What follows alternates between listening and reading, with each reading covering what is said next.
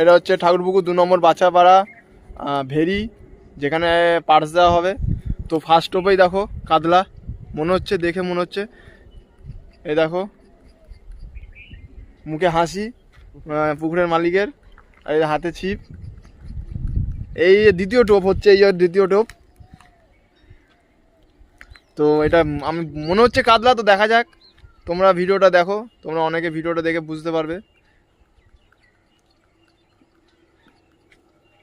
তো এটা এখন টেস্ট হচ্ছে, টেস্ট, কেন পার্স দেওয়া হবে কদিনের মধ্যে। তো তার আগে একটা টেস্ট চলছে এখন, সেই টেস্টের সেকেন্ড টোপ এটা।